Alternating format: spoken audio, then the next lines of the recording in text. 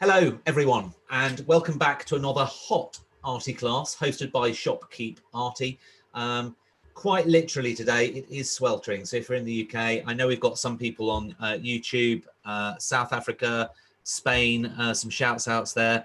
But anyway, our shop platform is used by artists and other creatives to take the hassle out of selling whatever they want, such as creative gifts, tickets for events, monthly subscriptions, or even branded clothing.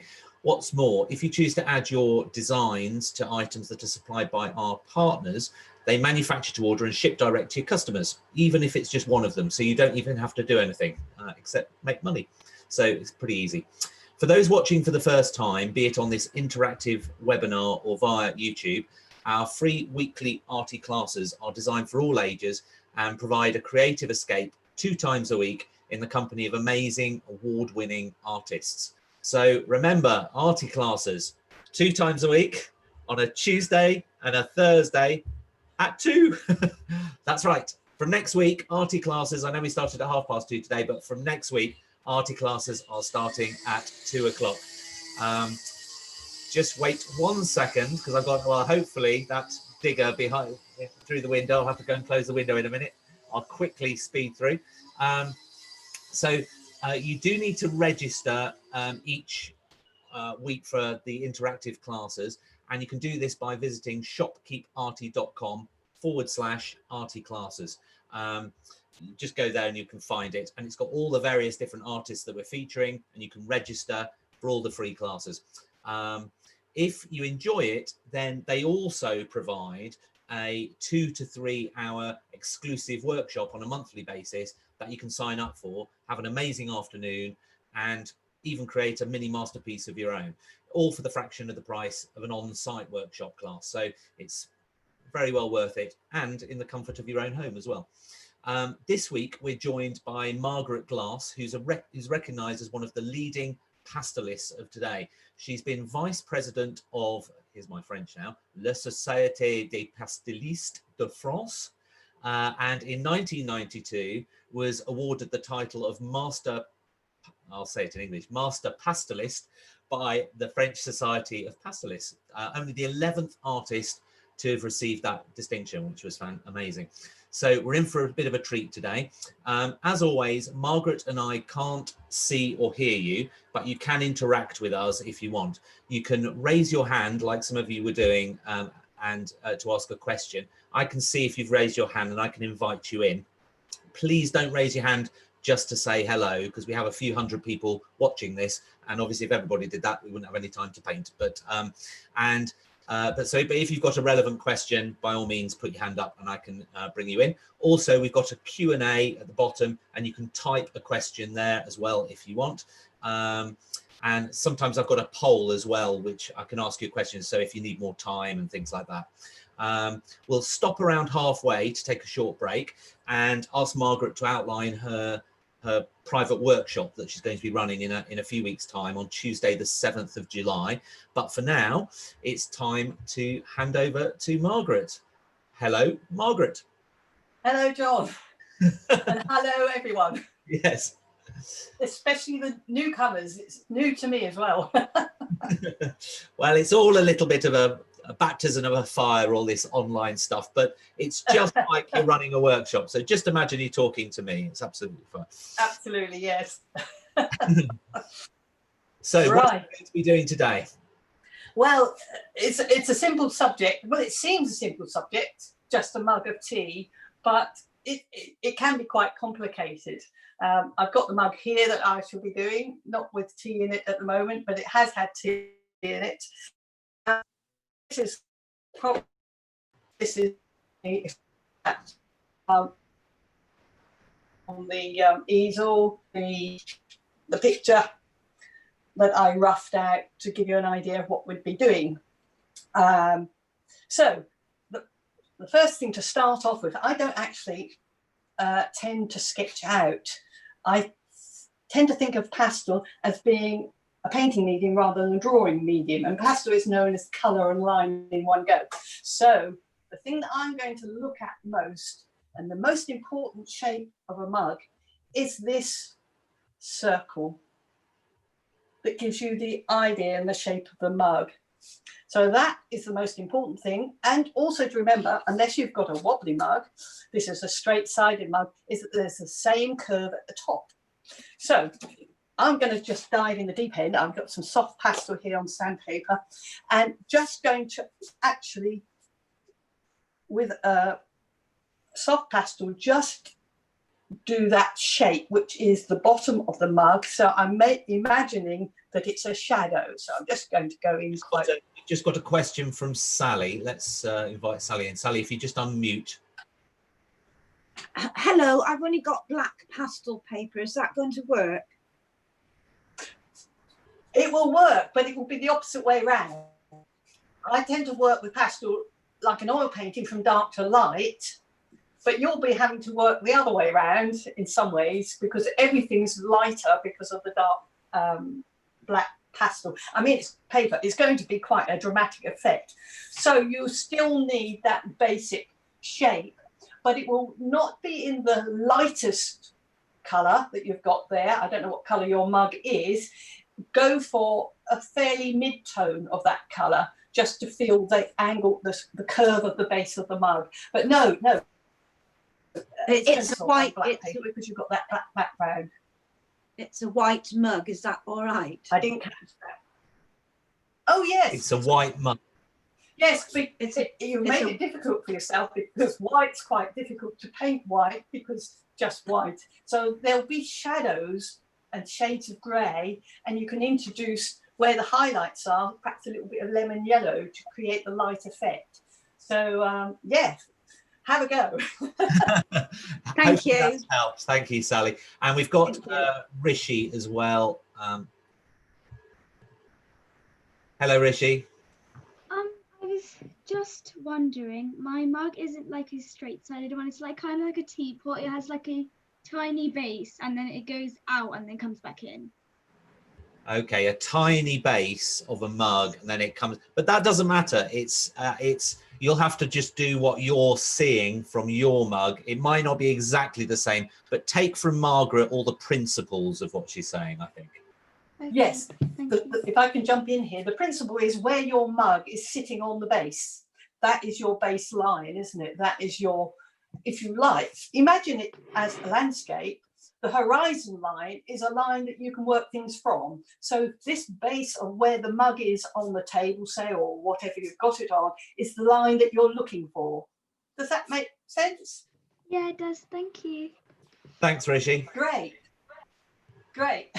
And I'll just say that there's a few little pausing issues with the latency of the Wi-Fi. We've got a little bit of poor Wi-Fi in Margaret's studio, so sometimes there's a bit of disruption, but it then catches up again, so don't worry.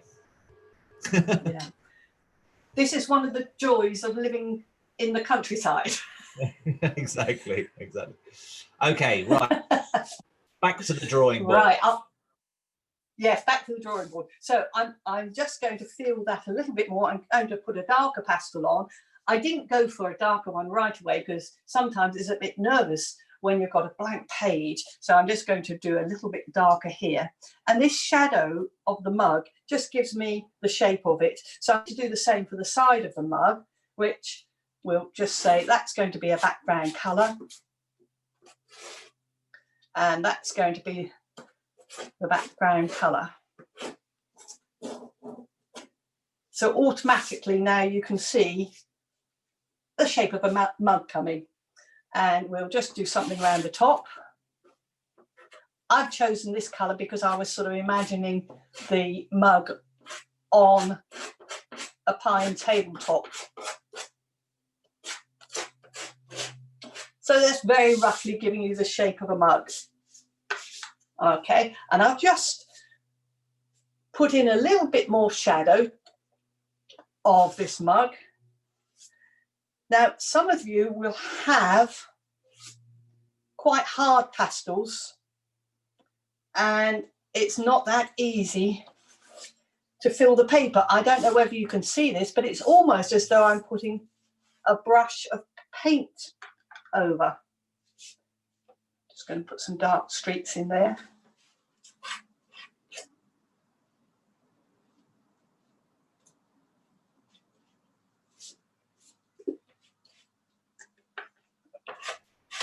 those streaks that you're doing there, Margaret, is that the shadow that you can kind of see with the mug sat on a surface at the moment? That's right.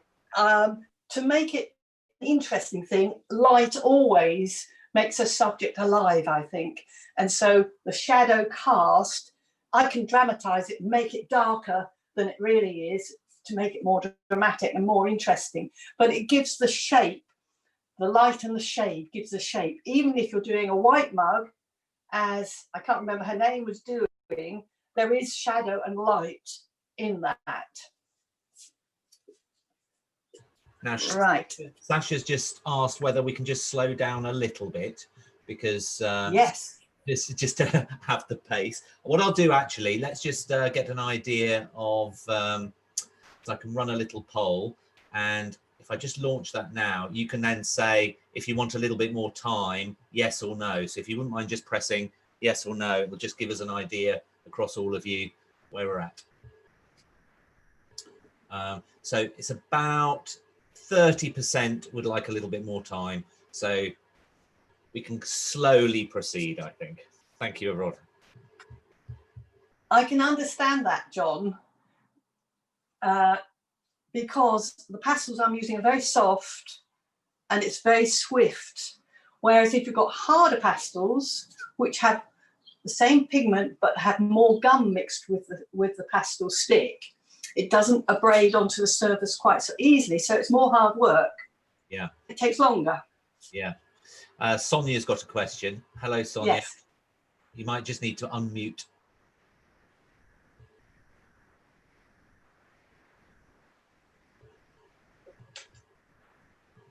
Hello. Hi, Sonia. I didn't actually ask for a question, but okay. If you press the hand, it looks like it's you're putting your hand up to talk. You see. Oh, so, no, it's the machine. It's got gremlins. I don't know. Don't worry. Don't worry. Okay. Okay. I'm enjoying it. It's my first time, so I'm. Oh, brilliant, brilliant. Oh, well, enjoy it. No, it's a nice, relaxing thing in the comfort of your home, so it's good. Okay, thank you. Okay, so so Julie asked whether they could see the canvas a bit more, which is why I was just putting it on here. And right, sorry, you were saying, Margaret. Well, does that make sense to you, John, what I said about the pastel pigment being contained by more gum? So that makes a harder pastel. And so to cover the paper, it's harder work. It doesn't sort of flow over the surface. Yeah. Let's see if everybody's caught up now. So I'll just relaunch the poll now. And if you could all just say yes or no now.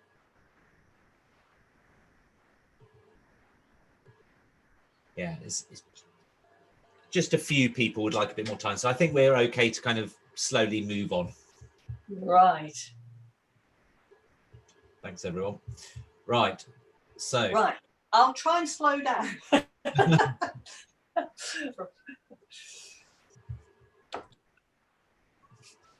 So at this stage, I'm just going to mimic this line here, which will be at the top of the mug. I'm just with my finger, got a dirty finger there. One thing with pastels, they are quite a messy medium, which is fun, I think. So we'll just gently put that line in. Actually, that's a taller mug than it really is, but when you're an artist, you have tremendous power. You can move a tree, you can demolish a house, you can do anything, can't you? So I don't know whether you heard that, John, an ambulance going by or a fire engine or something. No. Was that from? I put mute on, and so you shouldn't have heard it. That was it was an ambulance here at my end, so I don't know why. Oh no, it was at mine. Oh, was it? Oh, yes. Right. I thought that was the quiet of the countryside. Yes. I heard it. I've obviously got very good stereo speakers. So. Now, I'm sneaky because actually I take my tea without milk, so it enables me, thinking of the tea inside the mug with a very dark brown, to do that. But with milk, it's not going to be quite so dramatic. Now, Rishi said, what if you don't have grey pastel but only have black? What colour is the mug? Oh, I don't know. No? Because that's all they put on their chat. But Oh, right. Well, they use the black and then soften it by putting any pale colour will go into the black and soften it, I think. So say if you've got a yellow brown, something like that, to go on top, that would make it. okay. Yeah. Okay. Be creative, Rishi. Be creative. You're very creative anyway. You've won the competition at least once, I know. So I've just put that line down there, making sure it's upright.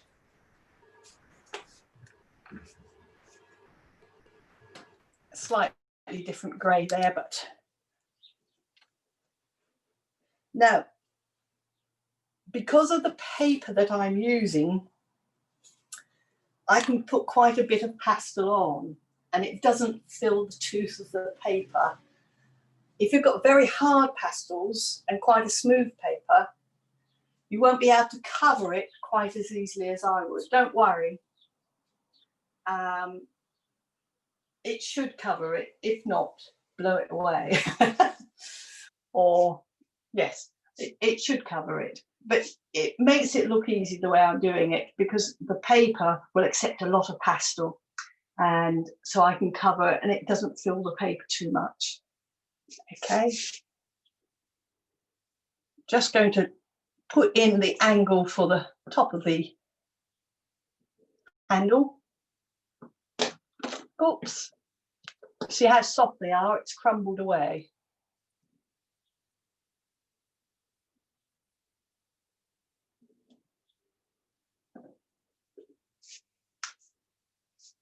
Are we slow enough, John? I think it's so. Let's have a look. I'll relaunch the poll again because the thing is, your pastel, it is just layering it on so quickly. And I think, as you say, if people have got slightly harder ones, right, let's just do a. I've not launched this poll so many times in a thing. So okay, now it's not too bad. It's about 10-15% would like a bit more time, but most people are sort of keeping up, I think. So yes. The thing is with pastel, it is a very direct medium. It's direct because you don't have to mix anything up. So you're not spending time on a palette in a watercolor box or on a wooden palette for oil painting. You can't mix in the same way because it's a dry medium. So you actually are mixing the colors on your paper. So it is a very direct, immediate medium. And also hands-on, which I like. I think I must be fairly impatient with the person and so like to jump in and go for it. sounds like most teenagers. Yeah, I haven't grown up yet. But you know, I'm used to using the materials I'm using. I expect I don't know whether this is true, but some of you might be using pastel, you know, for the first time, or and perhaps haven't had a lot of experience with pastel, and that makes you a little bit careful. Yeah, probably is the word. Trisha's asked, can I ask, did Margaret say she was painting on sandpaper? Yes. Well, it's very, very, very fine sandpaper.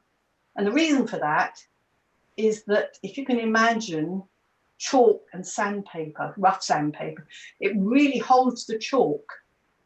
So very, very fine sandpaper and soft pastel, it grabs the particles of pastel and you can put layer upon layer like an oil painting. Whereas say you're using cartridge paper, which is quite smooth, doesn't have a lot of tooth to it, the pastel fills the paper quite quickly and then you can't put any more layers on top. So a paper like sandpaper, there's various papers around, but sandpaper I've found to be the best.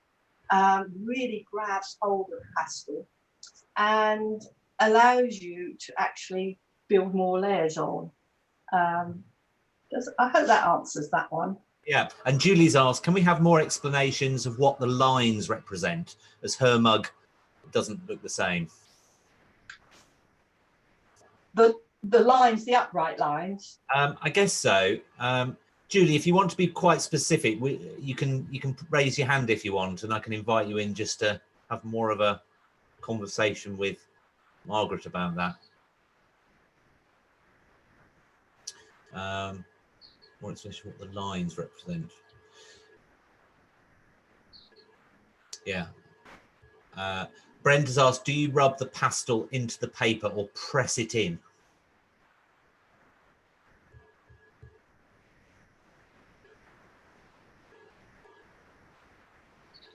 I would end up with short fingers and very painful ones too. Oh, sorry, you just cut out a bit there. So if you could just repeat the answer. Yes. No, I don't rub in at all, because the sandpaper really can damage your fingers if you rub it. Yeah. Because it is sandpaper. And it grabs it, so I don't need to press it in. So I don't know why you would need to rub it, unless you want to merge an effect, but you'd have to have quite a bit of pastel onto your paper so that you're merging the surface of pastel rather than actually in contact with the paper, because, as I say, you can end up with very sore fingers, and I speak from experience there. Yeah. And Trisha's come out and said she's thanked you for the answer, but said, is it ordinary fine sandpaper, or is it a specialist art sandpaper that you could only get in an art shop? This is the paper I use is specialist, and you have to get it from art shops. But if it's a 400 grit, I think probably, though I'm not sure about this, but it would be the very finest you can buy in a DIY store, and I don't know whether they would have a 400 grit. No, it'd probably work to try, wouldn't it? But yeah, the finest they could possibly do. It'd obviously probably be cheaper, I would imagine, getting it from a DIY store than an yes, because this paper, which is produced for artists, it is museum quality. You know, it's acid free, which it has to be for, you know, like watercolor papers are acid free. The more expensive papers are acid free, and obviously I need that.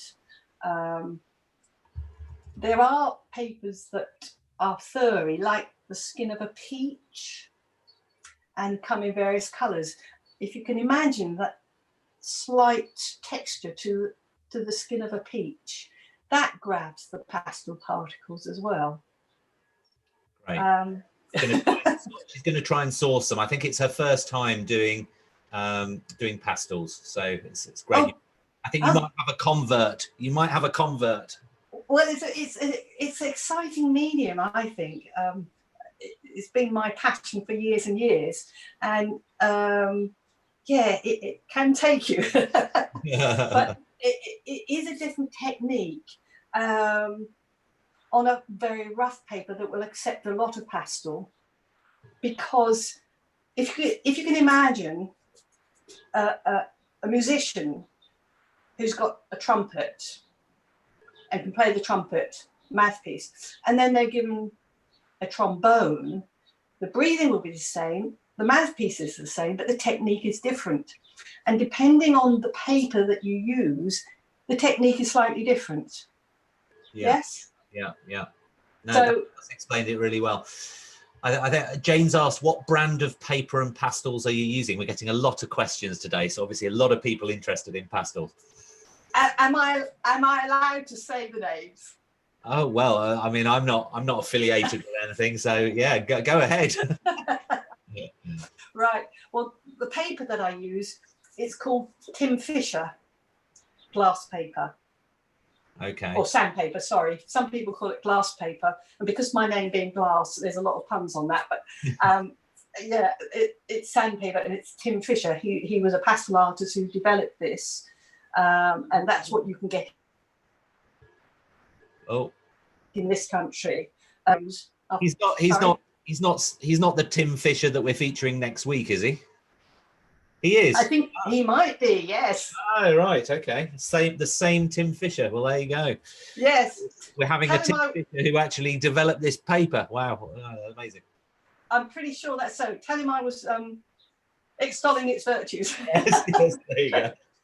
And the interesting thing about this paper is that you can put a watercolor wash or an ink wash or acrylic wash on it, and it doesn't destroy the surface. So it's quite exciting for experimenting, actually.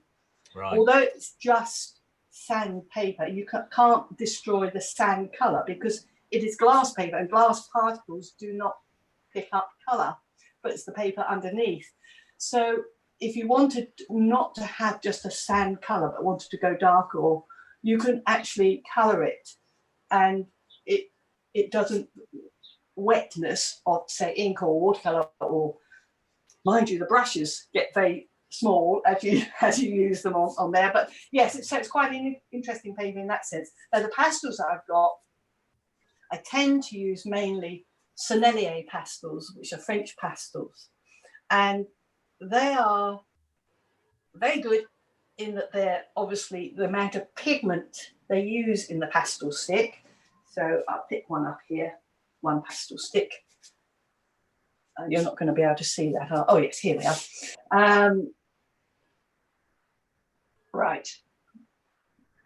And what brand of pastels do you use? What's the brand? Well, the Sennelier pastels. They're a French make. Okay.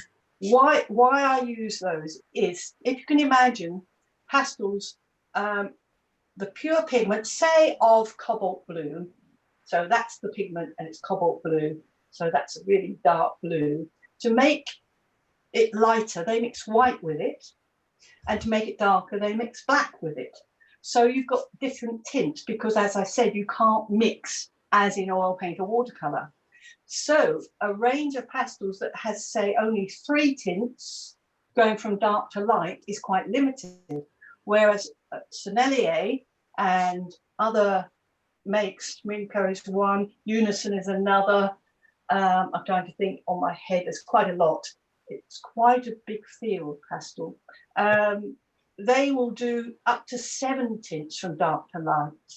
So the more tints you have, the more ability you have to mix and match. Generally, the cheaper sets of pastels are harder. They're not as pure pigment in that they use filler because it's cheaper. Also, too, you've got to think that the pigments they use in pastel are the same pigments as in oil or watercolor. With oil, they're mixed with oils. With watercolor, a waterproof oil, but with pastel, it's mixed with a water-based gum. Yes. So it's the same pigment. Now, just being mindful of time, Yes. because we're asking so many questions. We're not going to even be able to finish a mug. We thought, let's pick something nice and simple that we can do in 45 minutes. I told you to go on a little bit with the questions, but anyway. So let's get back to the drawing board. Yes, I'm just going on to this handle now, and I'm not worrying too much about the colour. I'm just putting in the shadow areas. All the shadow and the light is making it more 3D. Yeah, I'm not being terribly precise. I'm just roughing it out, really. And we'll put some, that's the light. Oh, reinforce. See, that's crumbled all away. That's about 50 pence worth crumbled away. So we'll now do the lip here. I'm darting about a bit. So the most important point about this is these angles here and here, right? To get the right. And this is the inside of the mug, so we'll make that fairly dark.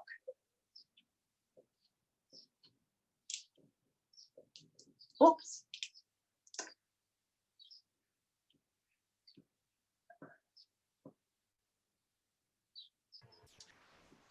So when you layer pastel on pastel, different colours, how much do they mix? You know, like with a watercolour, it would really mix and change into a totally different colour. Or does it actually layer on top? How much mixing happens? It does sink in. It depends on the pressure you use. If I press really hard, let me just do the shadow, just round the shadow of this mug at the bottom here, just to try and make it a little bit more rounded. I'm going to press really, really hard. Oh, that's the wrong colour. It's too dark. Never mind. We'll go on top with this one.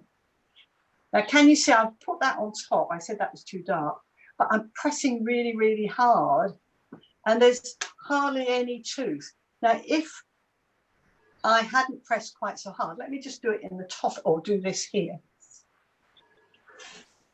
I don't know whether you can see that, but there's broken areas. Yeah. Where the tooth is still showing. And so when you put another colour on top, some of that's going to be grabbed by the paper, some isn't, because there's already pastel on there. Yeah. Yeah. Also, too, with this paper, I can get an old oil painting brush and just brush. You know, I said, oh, that's too dark. I'm brushing back to the paper here. And we'll just go on with the soft one. It's as though that dark had never been put there, because I just brushed the pastel off and we were back to the colour of the paper. Exciting, isn't it? Magic.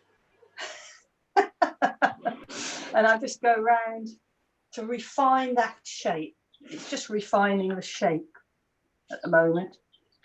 So within that, like the mug, we just refined the shape of it.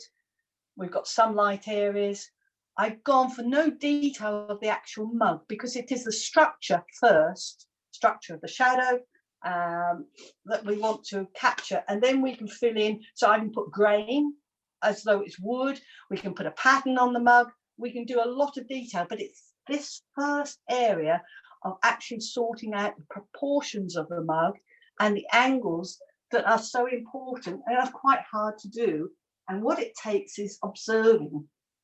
And you think that a mug is quite a simple object, and it is a simple object, but it can be quite complicated. So, am I slowing down enough? Yeah, I think this is good. Let's just find out where we're at with the time thing. I'll just relaunch the poll. Yeah. Where is everybody up? Do you need more time?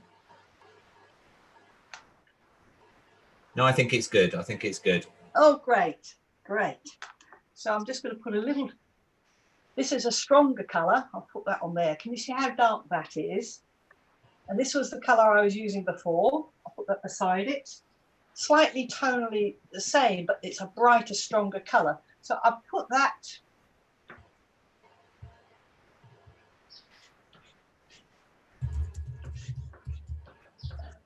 So I'm creating the idea of it being round, because these are going to be darker, and I'll just over the top very lightly just scumble in this bright blue.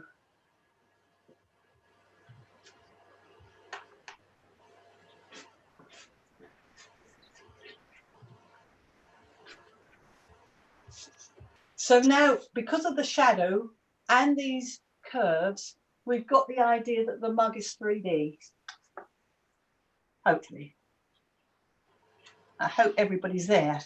Of course, I did cheat, didn't I, really, and made it easier because I had a straight mug. But if you've got a mug that goes in and out with a lip, that's slightly more difficult. Hard. Yeah, that'd be quite hard. But it is observing the shapes first and then putting them down. Yeah? Brilliant. Now, when would a good halfway stage be? Should we take a little break at this moment just to have a yes, little yes, I'm happy with that. Yes. Okay. So, what? Let me just do me a minute.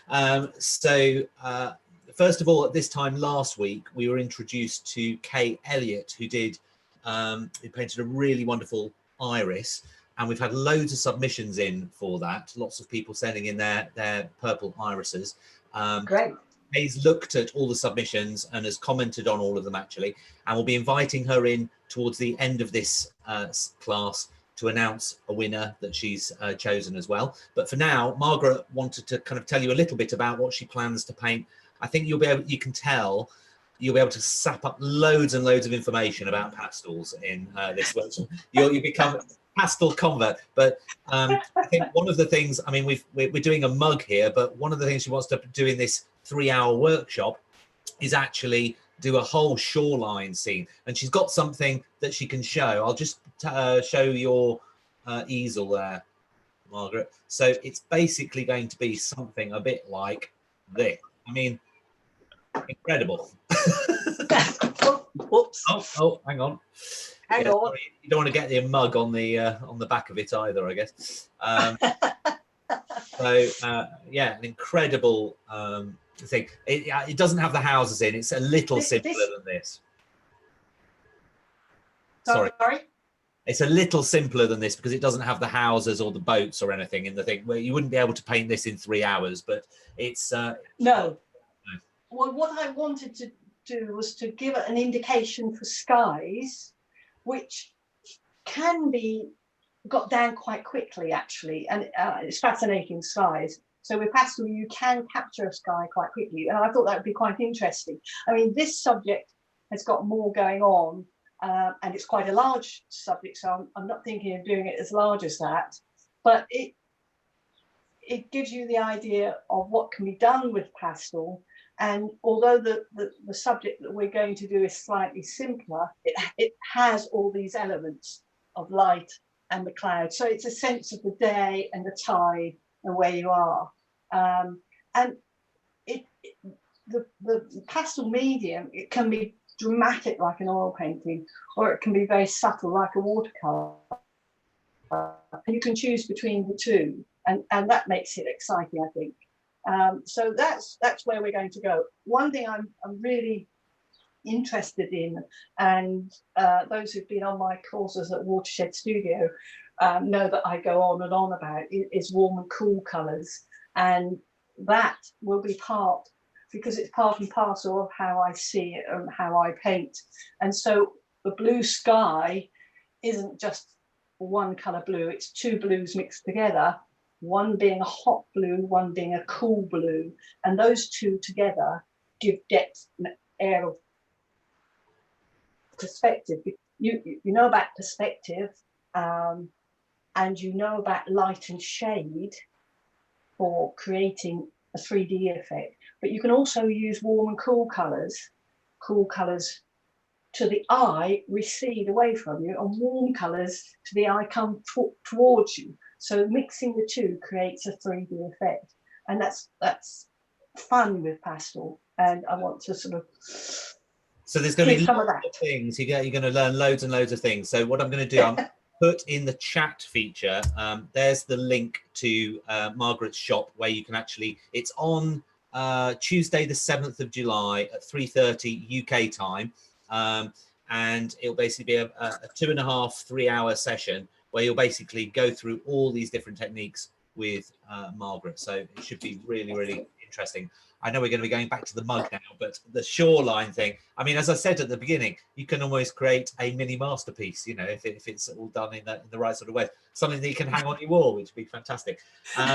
Brilliant. Okay, so let's get back to this mug of coffee without milk. Well, actually it's tea, but I'm not a coffee drinker, but yes. So hopefully we'll just really reinforce that line, just tidy it. A lot of this is now tidying up, but I'm going to start to put some of the pattern on. How much longer have we got, John?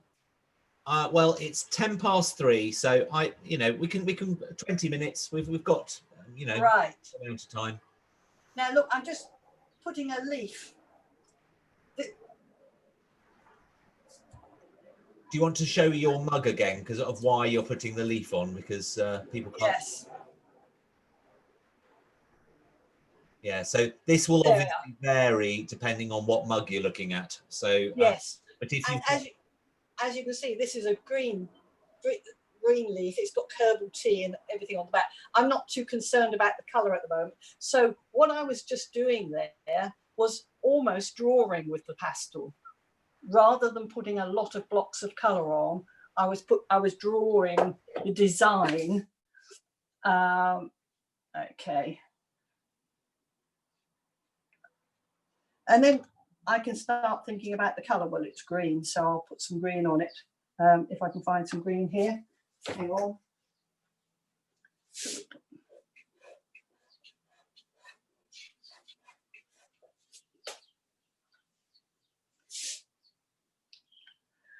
And I can redefine the shape of it and just tidy it up just a little bit by that background colour that I put on. So we'll make the stalk just slightly smaller. So whatever decoration you've got, now you've got the structure of the mug, you can start playing with the colours, trying to get the colour of the mug right, and thinking about the pattern and design. Now, if it's just a white mug, has it got any pattern on? I didn't know whether that white mug did, but put some warm and cool colours where the mug goes round, cool colours as it's going away from you, warm colours coming towards you. Snow can be made up of a very pale blue and lemon yellow and pink. And those three can make white snow. So the person who's just got the white mug, try it with those. And it might be fun to see what you can do. Just going to put some petals on this daisy. That's the sort of detail. And it's lined. What else have we got? We've got some sort of fern of some sort. Oh, that's the can you see this as more drawing with line rather than a wash of colour? So we've got the benefit with pastel of being able to draw with it, colour and line in one stroke, or we can do a wash of colour. I know people say, how can it be a wash of colour when it's not wet? But that's my language for saying, we'll use this same green, I think, for another leaf coming up. That's my saying for a wash of colour. This is a cherry. Oh, I suppose it could be. Looks like a cherry. Don't know what it is. While Margaret's painting some of this, because obviously each mug that you lot will be drawing will be very different. If there's any other questions with regards to pastels, I know we had an awful lot at the start with regards to what. I guess a question from me, Margaret, would be, you know, if you're wanting to start out with pastels, there's obviously so many different. I mean, you said you're using soft pastels. Would you recommend that soft pastels is the way to go initially to really get into the flow of it? And could you buy some fairly basic soft pastels? Does it matter on the quality? It does matter on the quality, in that the soft pastels tend to be very hard because they use a lot of gum. So that's that. I wouldn't buy a set. I know that's probably crazy to say that, but some of the sets use very bright colours and they look very entertaining. But if you're into landscape and skies, if you haven't got 4 or 5 shades of different blues and you've only got a couple of blues, you're really stuck. So yeah, art shops, I mean, I've got a local art shop. Fortunately, that has a big range of pastels. Online, you can find them. It's really a basic colour range and as many tints as possible. I think the materials list that I've given for the next session, it's red, yellow and blue, those 3 primary colours, and various tints of that going from dark to light, and some blue greys and green greys and brown greys, and that as a basis would be enough. So it's not too big an outlay, but if if the art shop will let you just feel the pastel, and I've got my finger here, I've got very soft pastels, and it comes off onto your hand very easily because it hasn't got that much gum in it. That means that you're using pastel as a painting medium. If you want to draw with pastels, and you can have pastel pencils, and you can have the cheaper, harder pastels on a smoother paper, that's fine. But I tend to see pastel as a painting medium, which is going back to the sort of 1750s, when full oil paintings were considered the best. But then along came a French artist called Maurice Quantadilatour, who did life-size portraits in pastel, as strong as any oil, and they were considered paintings. So it's depending what you want to do with pastel. If you want it as a painting medium, the soft pastels and a paper that will accept a lot is the way forward. But if you're interested in a drawing sense, then the harder pastels and cheaper pastels are quite, are fine. It's really dependent on what you want to do with them. Yeah. Now, Victoria's asked a really good question. How do you set a pastel drawing to prevent it rubbing off the page? That is a very good question, and it has worried people for years and years and years. I was talking about this French pastelist, and in Paris at the time there was a 50 guinea reward for someone who could fix pastels. Now the idea that you can fix pastels is that so it won't come off the paper. Now with this sandpaper, I don't have that problem because it grabs the paper. The problem with pastel is lateral movement. It can be smudged. Doesn't matter about banging it, but it's this sideways movement that will smudge it. So people use fixative. The thing is with fixative, if, as I do, I'm covering the whole paper, you're just putting some fixative on top of the pastel. It's not keying it onto the paper, which is what fixative does. And the other thing with fixative is it alters the way the colours reflect light. So some colours will go darker and some colours will go lighter. And the best way I can describe that, and it was, anyway, I heard this years and years ago. If you imagine a giant bowl of sugar cubes, giant, and you spray with a garden spray, the cubes start to get rounded at the corners, right? And that's what happens when you spray pastel.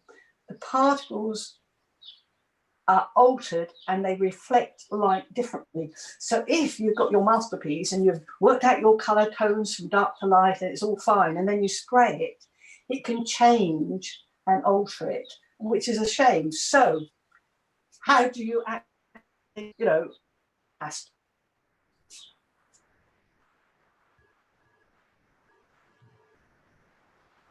It's the lateral movement of the pastel that can destroy it. So the only thing you can do is, if you want to transport a pastel, is to put something down on the top.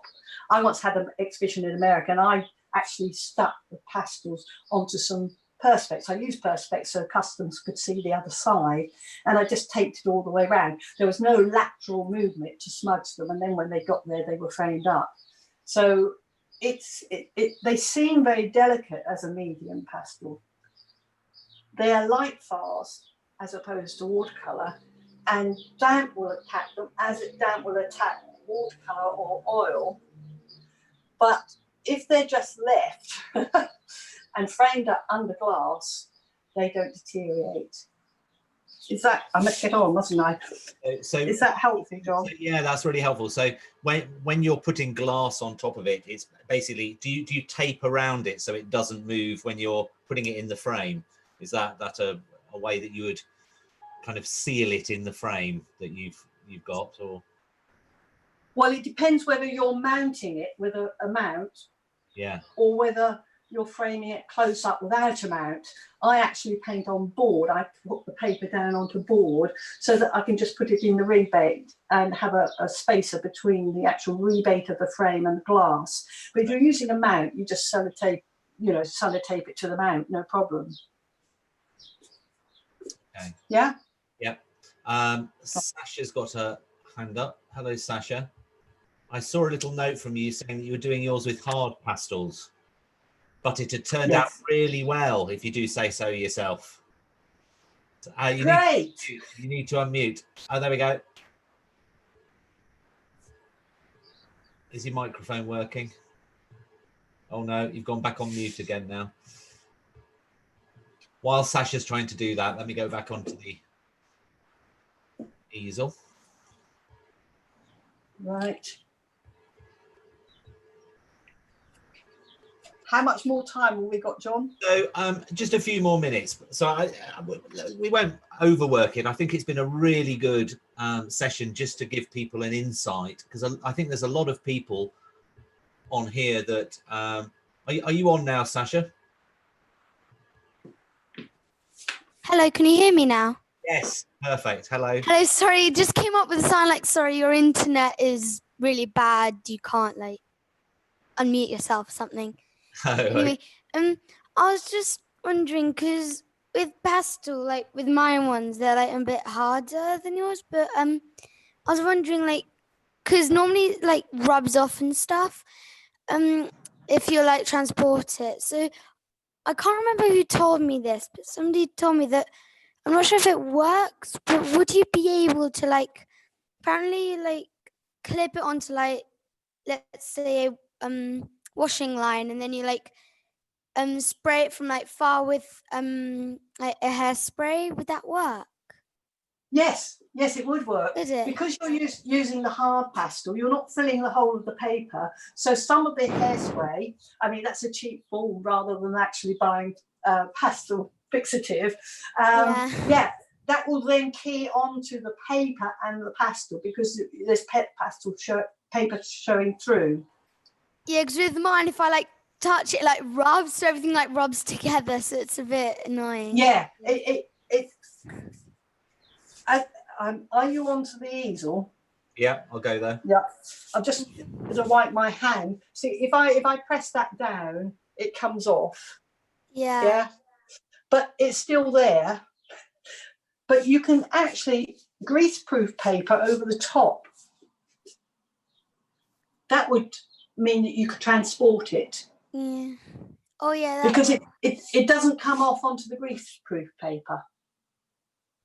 Okay. That's a good tip. So you put greaseproof. So could you roll it up using greaseproof paper as a layer on top? Could you roll it up like that with greaseproof paper? You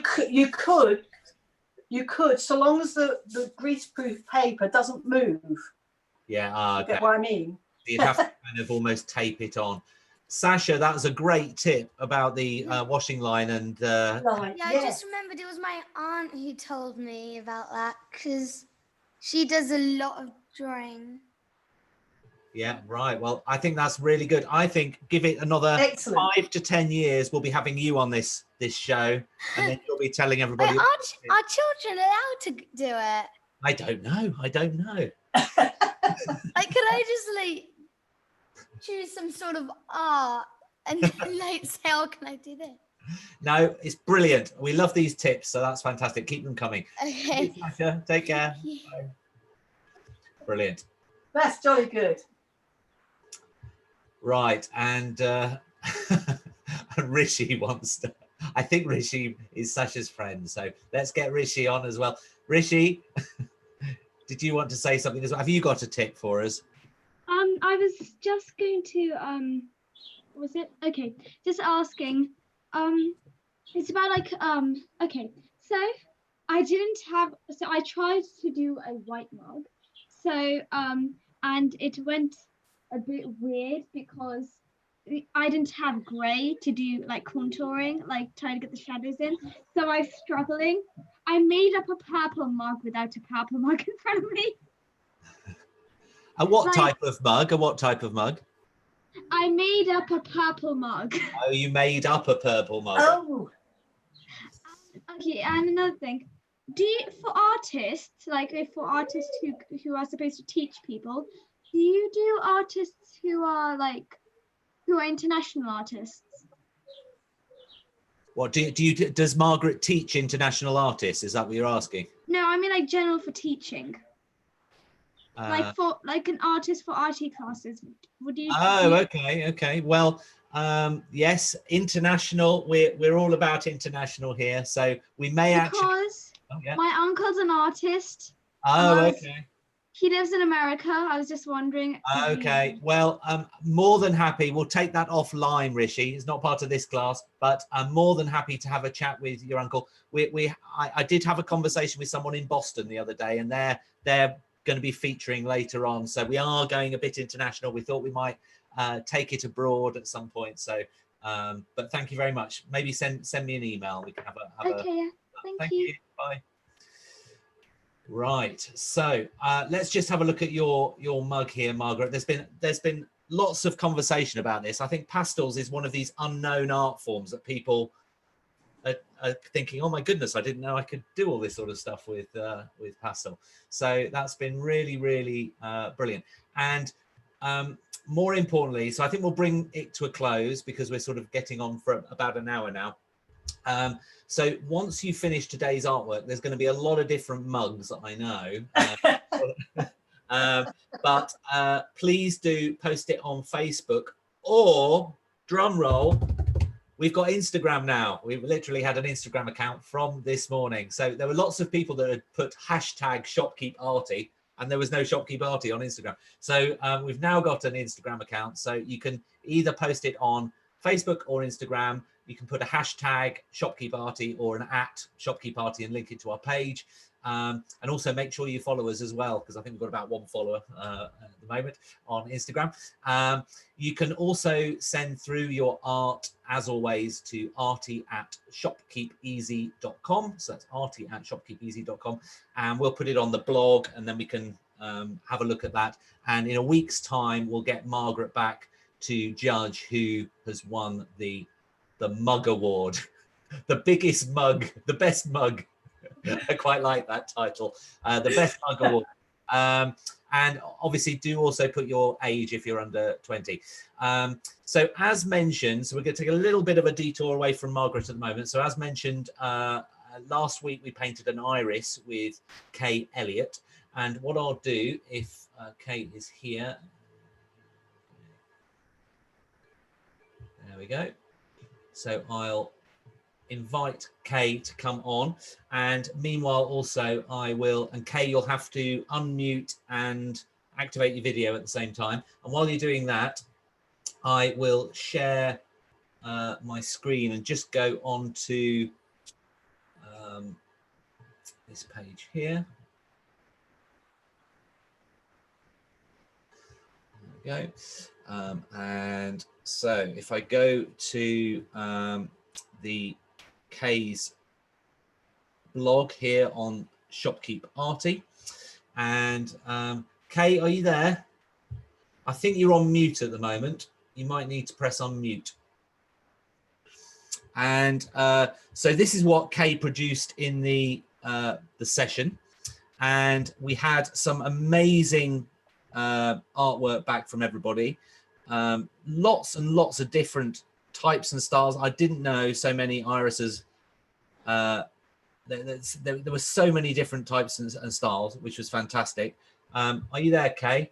I am indeed. Brilliant, yes. Brilliant. I'm just scrolling down. I see. I don't know whether you want to make some comments, but what's been amazing is Kay has actually taken her time out. At the bottom of this panel, she's actually made comments about everybody's painting that was submitted through, which is a first, actually. So that was well, they worked very hard, you know, and they deserved to have a response, I thought. That was really nice. So what I've done is I've pasted those comments down the bottom. That's, as you can see, there's millions of them.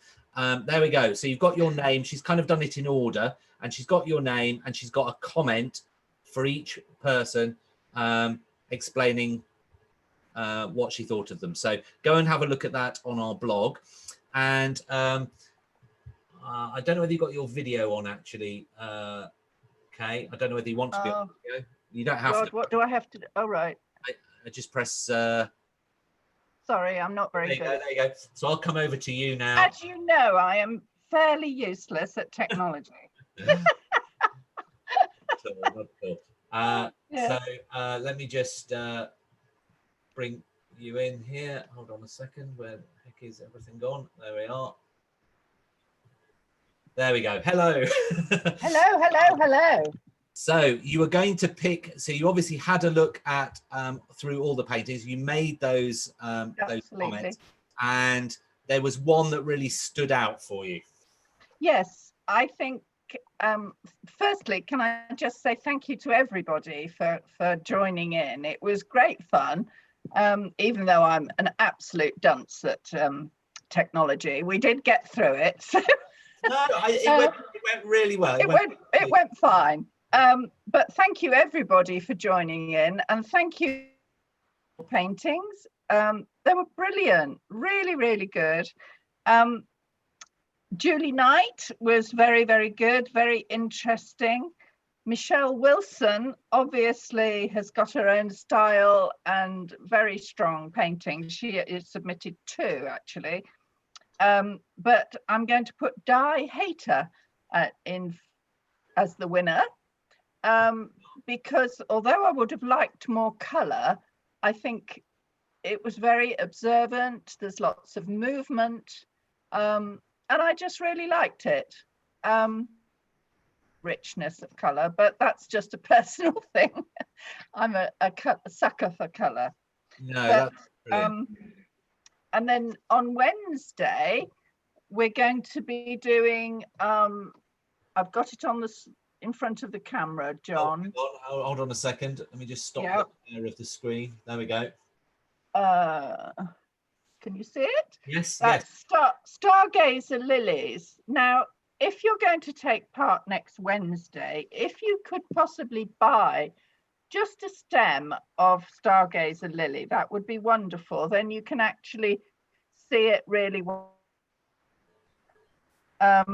Otherwise, I've ordered some for Tuesday, so I will take a photograph of them and send it to John, and he can forward it to you, and you can print it off. That's the best we can do, obviously. We're also talking about having maybe another camera on the actual live lilies as well. So I might be a bit complicated, but yes. Yes, I think we could. I mean, it'd be nice to do that instead of on my face. You know? It'd be such a relief for everybody. So we'll see what we pick up. Brilliant. That's really if you can buy a stem of lilies, so much the better. Doesn't even matter if they're not the shocking pink. We can still do the shocking pink. It's just the form of the lily we want. So if you can, that's great. If you can't, we'll manage. Thank you. Thanks very much, Kate. All right. Thank you, and well done, Margaret. Yeah. Oh. Can I ask a question?